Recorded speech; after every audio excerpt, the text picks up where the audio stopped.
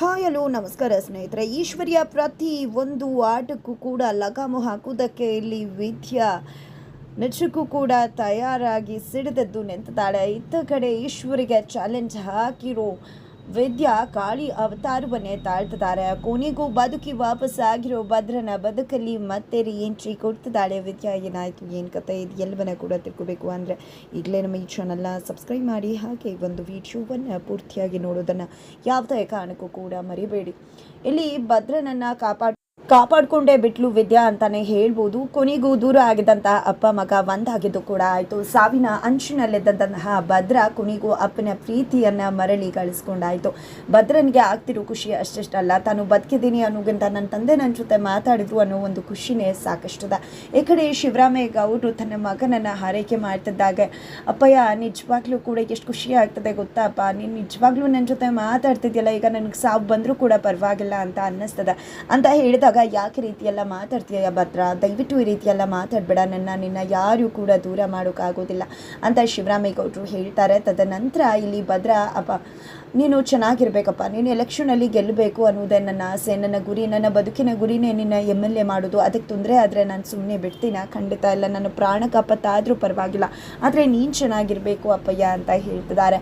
ಆ ಒಂದು ಕ್ಷಣ ನೀನು ನನ್ನನ್ನು ತೊಡೆ ಮೇಲೆ ಮಲಗಿಸ್ಕೊಂಡಾಗ, ನನ್ನಪ್ಪ ನನ್ನ ತೊಡೆ ಮೇಲೆ ಮಲಗಿಸ್ಕೊಂಡ್ರು ಅನ್ನೋ ಖುಷಿ ಎಷ್ಟಿತ್ತು, ಅದೇ ರೀತಿಯಾಗಿ ನನ್ನ ಅಪ್ಪನ ಜೊತೆ ಮಾತಾಡದೆ ಸತ್ತು ಹೋಗ್ಬಿಡ್ತೀನಲ್ಲ ಅನ್ನೋ ನೋವು ಕೂಡ ಅಷ್ಟೇ ಇತ್ತಪ್ಪ ಅಂತ ಹೇಳಿದಾಗ, ಈ ರೀತಿಯೆಲ್ಲ ಮಾತನಾಡಬೇಡ ಭದ್ರ, ನಿಜಕ್ಕೂ ನೀನು ಈ ರೀತಿ ಮಾತಾಡಿದ್ರೆ ನಂಗೆ ತುಂಬ ಸಂಕಟ ಆಗುತ್ತೆ, ನೀನು ಬದುಕಿಲ್ಲ ಅಂದರೆ ನಾನು ಬದುಕ್ತಿದ್ದೆ ಅಂತ ಅಂದ್ಕೊಂಡಿದ್ಯಾ, ನೀನಿದ್ರೆ ಅಷ್ಟೇ ನಾನು ಅಂತ ಹೇಳ್ತಿದ್ದಾರೆ ಶಿವರಾಮೇಗೌಡರು. ಇವರಿಬ್ಬರನ್ನ ನೋಡಿದ್ದೆ ವಿದ್ಯಾಗೆ ತುಂಬ ಖುಷಿ ಆಗ್ತದೆ. ಕೊನೆಗೂ ಅಪ್ಪ ಮಗ ಒಂದಾದ್ರು ಅಂತ ಹೇಳಿ ನಂತರ ಗುರುಗಳು ಬರ್ತಾರೆ. ಹೇಗಿದೆಯಾ ಭದ್ರ, ಆರಾಮಾಗಿದೆಯಾ ಅಲ್ವಾ? ಖಂಡಿತ ಏನು ಯೋಚನೆ ಮಾಡಬೇಡಿ, ನಾನು ಕೊಡು ಪಥ್ಯವನ್ನು ಕೊಡಿ, ಒಂದು ವಾರದ ಒಳಗಡೆ ಮೊದಲೇನಾಗೆ ಆಗಿಬಿಡ್ತಾನೆ ಭದ್ರ ಅಂತ ಹೇಳಿ ಗುರುಗಳು ಕೂಡ ಹೇಳ್ತಾರೆ. ತದನಂತರ ಇಲ್ಲಿ ಈಶ್ವರಿಯವರು ತನ್ನ ಪ್ಲಾನ್ ಉಲ್ಟಾ ಹೊಡೆದಿದೆ. ಆ ಭದ್ರ ಕೊನೆಗೂ ಶಿವರಾಮೇಗೌಡನ ಕಾಪಾಡ್ಬಿಟ್ಟ, ಆ ದುಡ್ಡಲ್ಲಿ ಸಿಕ್ಕಾಕೋತಾನೆ, ಎಲೆಕ್ಷನ್ನಿಂದ ವಾಪಸ್ ಆಗಬೇಕಾಗತ್ತೆ, ಜೈಲಿಗೆ ಹೋಗ್ತಾನೆ, ಅವನ ಅಧಪತನ ಆಗತ್ತೆ ಅಂತ ಎಷ್ಟೆಲ್ಲ ಖುಷಿ ಆಗಿದೆ, ಎಲ್ಲವೂ ಕೂಡ ಮಣ್ಣಪಾಲು ಆಗೋಯ್ತಲ್ಲ ಅಂತ ಹೇಳಿ ಈಶ್ವರಿಯವರು ಚಿತ್ರ ಜೊತೆ ಮಾತನಾಡ್ತಿರ್ತಾರೆ, ಕೋಪ ಮಾಡ್ಕೋತಿರ್ತಾರೆ. ಅದೇ ನಡುವೆ ಸುಭಾಷ್ ಅಲ್ಲಿಗೆ ಬಂದಿದೆ. ಅವ ನೀನು ಯಾಕೆ ಕೋಪ ಮಾಡ್ಕೋತಿದ್ಯಾ, ದೊಡ್ಡಪ್ಪ ಏನಾದರೂ ಸಿಕ್ಕು ಬಿದ್ದಿದ್ರೆ ಖಂಡಿತ ಎಲೆಕ್ಷನ್ನಾಗಿ ನಿಂತಿರಲಿಲ್ಲ, ಅರೆಸ್ಟ್ ಆಗ್ತಿದ್ರು ಅಷ್ಟೇ, ಜೈಲಿಗೆ ಹೋಗಿ ವಾಪಸ್ ಆಗ್ತಿದ್ರು. ಆದರೆ ಇವಾಗ ಆಗಿದೆಯಲ್ಲ ಘಟನೆ, ಅದು ಎಂಥ ದೊಡ್ಡ ಘಟನೆ ಗೊತ್ತಾ, ಖಂಡಿತವಾಗ್ಲೂ ಅದನ್ನು ಕೇಳಿದ್ರೆ ನೀನು ತುಂಬ ಅಂದರೆ ತುಂಬ ಖುಷಿ ಪಡ್ತೀಯ ಅಂತ ಹೇಳ್ತಿದ್ದಾನೆ ಸುಭಾಷ್. ಆಗಿದ್ರೆ ಏನು ಅಂತ ಹೇಳಿ ಈಶ್ವರಿ ಕೇಳಿದಾಗ, ಇಲ್ಲಿ ಭದ್ರ ಅವ್ರ ಅಪ್ಪನ ಕಾಪಾಡೋಕೆ ಹೋಗೋ ಬರದಲ್ಲಿ ಹಾವು ಒಂದು ಕಾಲ್ಗೆ ಕಚ್ಚುತ್ತಿಯಂತೆ, ಹಾಗಾಗಿ ಅವನು ಸಾವು ಬದುಕಿನ ನಡುವೆ ಹೋರಾಟ ಮಾಡ್ತಿದ್ದ, ಯಾವುದೇ ಕಾರಣಕ್ಕೂ ಕೂಡ ಅವನು ಬದುಕು ಉಳಿಯೋದಿಲ್ವಂತೆ ಅಂತ ಹೇಳಿದಾಗ, ಹೌದಾ ಹಾಗಿದ್ರೆ ಎಷ್ಟು ಖುಷಿ ಆಗುತ್ತೆ. ನಿಜಕ್ಕೂ ಕೂಡ ಇದಕ್ಕಿಂತ ಹೆಚ್ಚಾಗಿ ನಿಜ ಭದ್ರ ಸತ್ತೋಗ್ಬಿಟ್ರೆ ಅದಕ್ಕಿಂತ ನಮಗಿನ್ನೇನೂ ಕೂಡ ಬೇಕಾಗಿಲ್ಲ ಖಂಡಿತವಾಗ್ಲೂ. ಆಮೇಲೆ ನಮ್ಮದೇ ರಾಜಭಾರ, ಇಲ್ಲಿ ಶಿವರಾಮೇಗೌಡರ ಮಗ ಸತ್ತು ಹೋದ ಅಂತ ಮೂಲೆ ಗುಂಪಾಗ್ತಾನೆ, ಆಮೇಲೆ ನೀನೇ ವಾರಿಸ್ತಾರೆ ಎಲ್ಲದಕ್ಕೂ ಕೂಡ ಅಂತ ಈಶ್ವರಿ ಹೇಳ್ತಿದ್ದಾರೆ. ಅಯ್ಯೋ ಅವ ಆ ವಿದ್ಯಾ ಹೋಟೆಲಿ ಭದ್ರನ ಮಗು ಬೆಳೀತಿದ್ಯಲ್ಲ ಅಂತ ಹೇಳಿದಾಗ, ಅಯ್ಯೋ ಭದ್ರನ ಕತೆ ಮುಗಿದ್ರೆ ಸಾಕು, ಎಲ್ಲವನ್ನ ಕೂಡ ನನ್ನ ಕಂಟ್ರೋಲ್ಗೆ ಹೇಗೆ ತಗೋಬೇಕು ಅನ್ನೋದು ಗೊತ್ತದೆ, ಎಲ್ಲರನ್ನು ಕೂಡ ಕೈಯಿಂದ ತುದಿ ಬುಗ್ರಿ ಆಡಿಸ್ದಾಗೆ ಆಡಿಸ್ಬಿಡ್ತೀನಿ ಅಂತ ಈಶ್ವರಿ ಹೇಳ್ತಾರೆ. ಆದರೆ ಈ ಒಂದು ಖುಷಿ ತುಂಬ ಹೊತ್ತು ಇರೋದಿಲ್ಲ, ಯಾಕಂದರೆ ಅಲ್ಲಿಗೆ ಶಿವರಾಮೇಗೌಡರ ಹೆಂಡತಿ ಬರ್ತಾರೆ. ಬಂದಿದ್ದೆ ಇಲ್ಲಿ ಈಶ್ವರಿ, ನೀನು ಇಲ್ಲಿದ್ಯಾ, ನಿನಗೆ ವಿಷಯ ಹೇಳಬೇಕು ಅಂತ ಬಂದೆ, ತುಂಬಾ ಯೋಚನೆ ಮಾಡ್ತಿದ್ದೆ ಅಲ್ವಾ ಭದ್ರಂಗೆ ರೀತಿ ಆಗೋಯ್ತು ಅಂತ. ಆದರೆ ಖುಷಿ ವಿಷಯ ಏನು ಗೊತ್ತಾ, ಭದ್ರ ಹುಷಾರಾಗಿ ಮನೆಗೆ ವಾಪಸ್ ಬರ್ತಿದ್ದಾನೆ, ಭದ್ರ ಹುಷಾರಾಗ್ಬಿಟ್ನಂತೆ ಅಂತ ಹೇಳಿದಾಗ ಈಶ್ವರಿಯವರು ನಿಜ ಹೇಳ್ತಿದ್ರ ಅಲ್ವಾ ಅಕ್ಕ, ಆಮೇಲೆ ಏನಾದರೂ ನನಗೋಸ್ಕರ ಸುಳ್ಳೇನಾದರೂ ಹೇಳ್ತಿದ್ರ ಅಂತ ಹೇಳಿದಾಗ, ಇಲ್ಲ ಈಶ್ವರಿ ನಿಜಾನೇ ಹೇಳ್ತಿದ್ದೆ, ನೀವು ಹೋಗಿ ಅತ್ತೆಗೆ ವಿಷಯ ತಿಳಿಸ್ತೀನಿ ಅಂತ ಹೇಳಿ ಹೋಗ್ತಾರೆ ಶಿವರಾಮೇಗೌಡರ ಹೆಂಡತಿ. ತದನಂತರ ಈಶ್ವರಿಯವರು ಏನಿದು ಏನು ಆಗುತ್ತೆ ಅಂತ ಅಂದ್ಕೊಂಡ್ರೆ, ಆ ಕಡೆ ಇದೂ ಇಲ್ಲ ಈ ಕಡೆ ಇದೂ ಇಲ್ಲ ಅಂತ ಹೇಳಿ ಫುಲ್ ಕೆಂಡಾಮಂಡಲ ಆಗಿಬಿಡ್ತಾರೆ. ಅಷ್ಟರಲ್ಲಿ ಶಿವರಾಮೇಗೌಡರು ತನ್ನ ಮಗನನ್ನು ಕರ್ಕೊಂಡು ಮನೆಗೆ ಬರ್ತಾರೆ.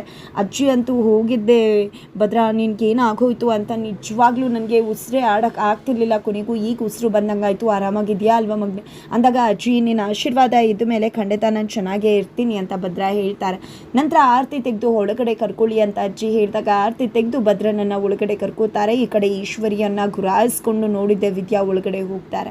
ನಂತರ ಇಲ್ಲಿ ಶಿವರಾಮೇಗೌಡ್ರ ಹತ್ರ, ಭದ್ರ ಅಪ್ಪಯ್ಯ ನೀನು ನನ್ನ ಜೊತೆ ಮಾತಾಡ್ದೆ ಅಲ್ವಾ, ಈಗ ನನ್ನ ಸಾವು ಬಂದರೂ ಪರವಾಗಿಲ್ಲ ಅಂದಾಗ ದಯವಿಟ್ಟು ಮಗನೇ ಆ ರೀತಿಯೆಲ್ಲ ಮಾತನಾಡಬೇಡ ಅಂತ ಹೇಳಿ ಶಿವರಾಮೇಗೌಡರು ಹೇಳ್ತಾರೆ. ಹೌದು ನಿನ್ನಿಂದಾನೇ ಅಲ್ವಾ ಇವತ್ತು ನನ್ನ ಎಲೆಕ್ಷನ್ನಲ್ಲಿ ಯಾವುದೇ ರೀತಿ ತೊಂದರೆ ಆಗದೆ ಇದ್ದಿದ್ದು, ಆದರೂ ಕೂಡ ಏನಾಗ್ಬಿಡ್ತಿತ್ತು ಅಂಥದ್ದು, ಎಲೆಕ್ಷನಲ್ಲಿ ನಿಲ್ಲೋಕ್ಕಾಗ್ತಿರ್ಲಿಲ್ಲ, ಜೈಲಿಗೆ ಹೋಗ್ತಿದ್ದೆ ಅಷ್ಟೇ, ಆದರೆ ನೀನು ಪ್ರಾಣ ಮುಖ್ಯ ಅಲ್ವಾ ಮಗನೇ ಅಂದಾಗ, ಅಪ್ಪಯ್ಯ ನಿನಗೆ ನನ್ನ ಪ್ರಾಣ ಮುಖ್ಯ ಇರ್ಬೋದು, ಆದರೆ ನನ್ನ ಗುರಿನೇ ನಿನ್ನ MLA ಮಾಡೋದು.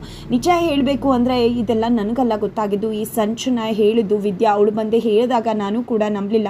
ಆ ನಂತರ ಅವಳು ತುಂಬ ಅಪಾಯ ಇದೆ ಅಂತ ಹೇಳಿದಾಗ ನನಗೂ ಅನುಮಾನ ಬಂದು ನಾನು ಅಲ್ಲಿಗೆ ಬರೋಕ್ಕೆ ಸಾಧ್ಯ ಆಗಿದ್ದು. ಇದಕ್ಕೆಲ್ಲ ಕಾರಣ ವಿದ್ಯಾ ಅಂತ ಹೇಳ್ತಾರೆ ಭದ್ರ. ನಂತರ ಶಿವರಾಮೇಗೌಡರಿಗೆ ಒಂದು ರೀತಿ ಸೊಸೆ ಬಗ್ಗೆ ಪ್ರೀತಿ ಬರುತ್ತೆ. ಆದರೆ ಇಲ್ಲಿ ವಿದ್ಯಾ ಅದಕ್ಕೆ ಕಾರಣ ನಾನಲ್ಲ, ಚಂಪಾ. ಯಾಕಂದರೆ ಚಂಪಾ ಸ್ನಾನ ಮಾಡೋಕ್ಕೆ ಹೋದಾಗ ಅಲ್ಲಿ ಕಿಟಕಿಯಲ್ಲಿ ಅವಳು ನೋಡಿದ್ಲಂತೆ, ಕಳ್ಳ ದುಡ್ಡನ್ನು ಇಡ್ತಿದ್ರಂತೆ. ಅದನ್ನು ನೋಡಿದ್ದೆ ಅವಳು ನಿಮಗೆ ಹೇಳಬೇಕು ಅಂತ ಬಂದು. ಅಷ್ಟರಲ್ಲಿ ನೀವು ಹೊರಟು ಬಿಟ್ಟಿದ್ರೆ, ಹಾಗಾಗಿ ಭದ್ರೇಗೌಡರಿಗೆ ನಾನು ಹೇಳಬೇಕಾಯಿತು ಅಂದಾಗ ಈ ಕಡೆ ಈಶ್ವರಿಯವರು ಈ 3 ಅಡಿಯ ಚಂಪಾ ಇಬ್ಬರು ಕೂಡ ಸೇರಿಕೊಂಡು ನನ್ನ ಅಂದ್ಕೊಂಡಿದ್ದು ಎಲ್ಲವನ್ನ ಕೂಡ ಉಲ್ಟಾ ಮಾಡ್ತಿದ್ದಾರೆ. 3 ಅಡಿ ಇದಕ್ಕೆಲ್ಲ ನೀನು ಅನುಭವಿಸ್ತೀಯಾ ಅಂತ ಈಶ್ವರಿಯವರು ಹೇಳ್ತಾರೆ. ನಂತರ ಇಲ್ಲಿ ಈಶ್ವರಿ ಸುಭಾಷ್ ಚಿತ್ರ ಹೊರಗಡೆ ಬರ್ತಾರೆ. ಈ ಕಡೆ ಸುಭಾಷ್ ಅಂತೂ ಚಂಪಾಯಿಂದನೇ ಇಷ್ಟೆಲ್ಲ ಆಗಿದ್ದು ಅಂತಿದ್ರೆ, ಹೌದು ನಿನ್ನ ಬುದ್ಧಿ ನೆಟ್ಟಗಿದ್ದಿದ್ರೆ ಇವತ್ತು ಚಂಪಾ ಬರ್ತಿದ್ಲ, ನಮ್ಮ ಪ್ಲಾನ್ ಉಲ್ಟಾ ಆಗ್ತಿತ್ತ ಅಂತ ಹೇಳಿ ಕೆಂಡಾಮಂಡಲ ಆಗ್ತಿದ್ದಾರೆ ಈಶ್ವರಿಯವರು. ಈ ಕಡೆ ಸುಭಾಷ್ ನಾನು ಅವಳನ್ನು ಹತ್ರಕ್ಕೂ ಹೋಗಬಾರ್ದಿತ್ತು, ಅವಳನ್ನು ನಾನು ಬದುಕಲ್ಲಿ ತಂದುಕೊಂಡಿದ್ರಿಂದನೇ ಇವತ್ತು ಈ ಪರಿಸ್ಥಿತಿಯನ್ನು ಎದುರಿಸ್ತಿರೋದು, ತಪ್ಪು ಮಾಡಿಬಿಟ್ಟೆ ನಾನು ಅಂತ ಸುಭಾಷ್ ಅನ್ಕೋತಾರೆ. ನಂತರ ಇದನ್ನೆಲ್ಲ ನೋಡೋಕೆ ನನಗೆ ಆಗ್ತಿಲ್ಲ, ನಾನು ಹೊರಗಡೆ ಹೋಗಿ ಸುತ್ತಾಡ್ಕೊಂಡು ಬರ್ತೀನಿ ಅಂತ ಹೋಗ್ತಾರೆ. ನಂತರ ವಿದ್ಯಾ ಅಲ್ಲಿಗೆ ಬರ್ತಾಳೆ. ಅದೇ ನಿಮ್ಮ ಹತ್ರ ನಾನು ಒಂದು ಖುಷಿ ಹೇಳಬೇಕಿತ್ತು, ಅದಕ್ಕೋಸ್ಕರ ಬಂದೆ ಅಂತ ಹೇಳಿದಾಗ ಸುಮ್ಮನೆ ಏನೇನು ಮಾತಾಡಬೇಡ, ಇಲ್ಲಿಂದ ಹೋಗ್ತಾ ಇರು ಅಂತ ಈಶ್ವರಿ ಹೇಳ್ತಾರೆ. ಯಾಕಂದರೆ ನಾನು ಖುಷಿ ವಿಷಯ ಹೇಳಬೇಕು ಅಂತ ತಾನೇ ಬಂದೆ. ಮಾವ ಮತ್ತು ನನ್ನ ಗೌಡ್ರು ಇಬ್ಬರು ಕೂಡ ಮಾತಾಡ್ತಿದ್ದಾರೆ, ಎಷ್ಟು ಖುಷಿ ಆಗ್ತದೆ ಗೊತ್ತಾ, ಮತ್ತು ನನ್ನ ಗಂಡ ಬದುಕಿ ವಾಪಸ್ ಬಂದಿದ್ದಾರೆ.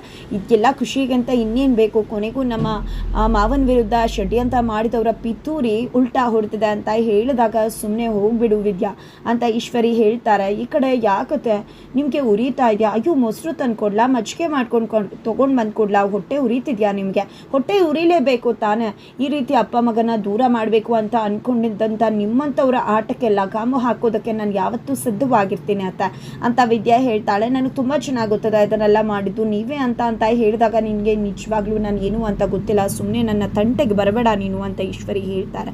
ನೀವೇನು ಅನ್ನೋದು ತುಂಬ ಚೆನ್ನಾಗಿ ಗೊತ್ತದೆ, ನಿಮ್ಮ ಥರ ಅಡ್ಡದಾರಿಯಲ್ಲಿ ಹೋಗೋರನ್ನ ಹೇಗೆ ಸರಿ ದಾರಿ ತರಬೇಕು ಅಂತ ಕೂಡ ಗೊತ್ತದೆ. ನೀವು ಆಡೋ ಆಟನೆಲ್ಲ ನೋಡಿಕೊಂಡು ನಾನು ಸುಮ್ಮನೆ ಇರ್ತೀನಿ ಅಂತ ಅಂದ್ಕೊಂಡ್ರೆ ಯಾವುದೇ ಕಾರಣಕ್ಕೂ ಕೂಡ ಇಲ್ಲ ಅಂತ ಹೇಳಿ ಅಂತ ಹೇಳೋದ್ರ ಮುಖಾಂತರ ಇಲ್ಲಿ ಈಶ್ವರಿಗೆ ಟಕ್ಕರ್ ಕೊಡ್ತದಾಳೆ. ನಿಮ್ಮಂಥವ್ರಿಗೆ ಚಾಟಿ ಹೆಟ್ಟನ್ನು ಕೊಡೋಕ್ಕೂ ಕೂಡ ನಾನು ರೆಡಿಯಾಗೇ ಇದ್ದೀನಿ ಅಂತ ವಿದ್ಯಾ ಹೇಳಿದಾಗ, ನಿನಗೆ ಮೊದಲು ಆ ಮನೇಲಿ ಸ್ಥಾನಮಾನ ಇಲ್ಲ, ಮೊದಲು ಇಲ್ಲಿಂದ ಹೋಗ್ತಾ ಇರು ಅಂತ ಈಶ್ವರಿ ಹೇಳಿದಕ್ಕೆ, ಹೌದಾ ಯಾವ ಮಾವ ನನ್ನ ಮನೆಯಿಂದ ಹಚ್ಚೆ ಹಾಕಿದ್ರು ಅದೇ ಮಾವ ಮುದ್ದು ಸೊಸೆ ಅಂತ ಮತ್ತೆ ಒಪ್ಕೊಂಡು ಆ ಮನೆಗೆ ವಾಪಸ್ ಆಗಿ ಆಗ್ತೀನಿ, ನಿಮ್ಮಂಥ ಎಲ್ರಿಗೂ ಕೂಡ ಪಾಠ ಕಲಿಸ್ತೀನಿ, ಇದು ನನ್ನ ಸವಾಲು ಅಂತ ಹೇಳಿ ವಿದ್ಯೆ ಈಶ್ವರಿಗೆ ಸವಾಲು ಹಾಕ್ತಿದ್ದಾಳೆ. ಇದರ ಜೊತೆಗೆ ಈಶ್ವರಿನೇ ತನ್ನ ತಂದೆಯ ವಿರುದ್ಧ ಇಷ್ಟೆಲ್ಲ ಷಡ್ಯಂತ್ರ ಮಾಡಿದ್ದು ಅನ್ನೋ ಸತ್ಯ ಭದ್ರನಿಗೆ ಇನ್ನೇನು ಗೊತ್ತಾಗೋದ್ರಲ್ಲಿದೆ. ಹಾಗಿದ್ರೆ ಖಂಡಿತ ಭದ್ರನಿಗೆ ಗೊತ್ತಾದರೆ ಉಗ್ರ ನರಸಿಂಹನ ಅವತಾರವನ್ನು ತಾಳಿ ಈಶ್ವರಿಯನ್ನ ಕಥೆಯನ್ನು ಮುಗಿಸೋದಂತೂ ಗ್ಯಾರಂಟಿ. ಇತ್ತ ಕಡೆ ವಿದ್ಯಾ ಕೂಡ ಮಗದೊಮ್ಮೆ ಭದ್ರನ ಮನಸ್ಸಿಗೆ ಲಗ್ಗೆ ಇಟ್ಟಾಗಿದೆ. ಇನ್ನೇನೇ ಇದ್ರೂ ಮನೆಗೆ ಎಂಟ್ರಿ ಕೊಡಬೇಕು ಅಷ್ಟೇ. ಆಗಿದ್ರೆ ಮುಂದೆನೇ ಆಗುತ್ತೆ. ಮುಂದಿನ ವಿಡಿಯೋ ನೋಡಿ.